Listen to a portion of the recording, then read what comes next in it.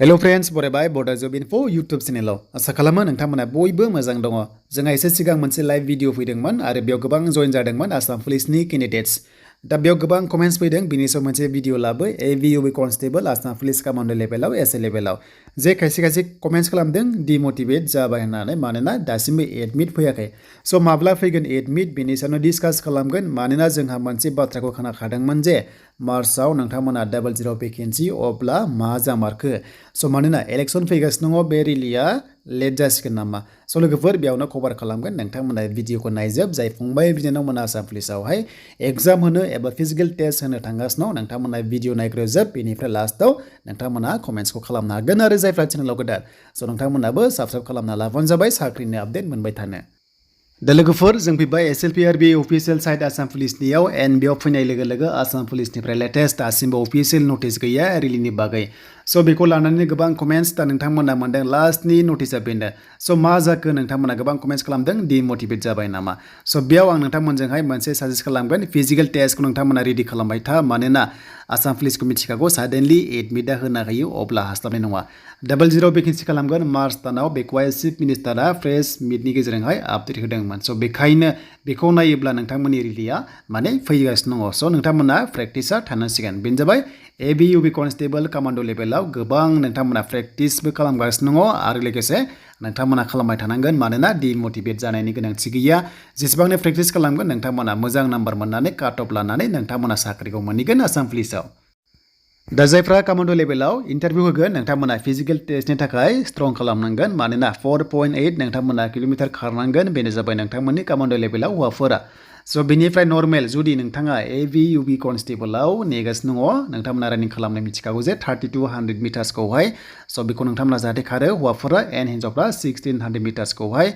स' बेनिफ्राय नोंथांमोना AVआवहाय काट अफ होनोबा 52 प्लास टारगेट खालाम हौवाफोरा बेनिफ्राय UB पस्टआव 32 प्लास टारगेट खालामनांगोन एन्ड बेनिफ्राय नोंथांमोना 33, 34 लानो हाबाथ' मोजां जाहैबाय बाट बे थांनाय बारावबो थांखादोंमोन।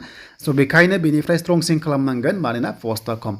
लं जाम्प बेनिफ्राय सिनेमाव नोंथांमोना 20आव 20 एबा एक्सेलेन्ट लाखाथारनांगोन बेखौथ' मिथिगौ एन्ड रानिंआवसो कम्पिटिसन बारा जागोन AVUB कन्स्टेबलाव। स' बेखायनो नोंथांमोना 13, 14 जुदि मोनदोंबा स' मोजाङानो आरो बेनिफ्राय नोंथांमोनाहाय जुदि खम मोनदोंब्लाबो स' नोंथांमोना बेबायदि मोनदोंब्ला जेबो टेनसन दाला एसे आपग्रेड खालाम इमप्रुभ खालाम रानिंखौहाय जानो हागौ नोंथांमोनाबो बारा मोनहैगोन। स' बेनिफ्राय फिजिकल टेस्टखौ रावबो डाइरेक्ट बुंनो हाया खम काट अफ थांगोन बारा थांगोन होननानै आरो बे सोनारगोन नोंथांमोननि फिजिकल टेस्टआव। स' बेनिफ्राय फेमिलि काट अफ होनोबा नोंथांमोना UBआव 30 प्लास लानो नाजा एन्ड बेनिफ्राय ABआव 50नि खाथियाव लानो नाजा जास्ट 48, 49 बेबादि मोनोबा नोंथांमोनाबो सेफ जन थानायखौ नुनो मोन्दों एबा नुहुरगोन देन बेनिफ्राय स' प्रेक्टिसखौ नोंथांमोना खालामबाय थानांगोन X and B गोबां कमेन्ट्स नोंथांमोनाबो रानिंखौ सेम खालामनांगोन। स' नोंथांमोनाबो रानिंखौ सेम खालामनांगोन रानिं खालामथारनांगोन बेनिफ्राय एग्जामखौ होथारनांगोन। स' हौवाफ्रा 32 बेनिफ्राय हिन्जावफ्रा 1600 मिटार्स नोंथांमोना बेखौ नुनो मोन्दों। स' बेनिफ्राय नोंथांमोना प्रेक्टिस खालामनांगोन एन्ड एग्जामाव 50 मार्क्सनि नोंथांमोना बयबो कन्स्टेबलानो जा नोंथांमोना एग्जामखौ होनांगोन ABआनो जा UBआनो जा नाथाय कमान्डो लेभेलाव फिजिकल टेस्टल' दङ बेनिफ्राय साइक' टेस्ट दङ बेयाव पास जाबानो डाइरेक्ट नोंथांमोननि साख्रि। स' बेनिफ्राय जायफ्रा SI लेभेलाव नोंथांमोना रिलि होनो नेगासिनो दङ नोंथांमोना एग्जाम जाग्रोगोन कम्बाइन एग्जाम AV SI बेनिफ्राय UBSIआव 100 मार्क्सनि कम्बाइन एग्जाम जागोन बेनिफ्राय एक्सट्रा फिजिकल टेस्टआ लागोन।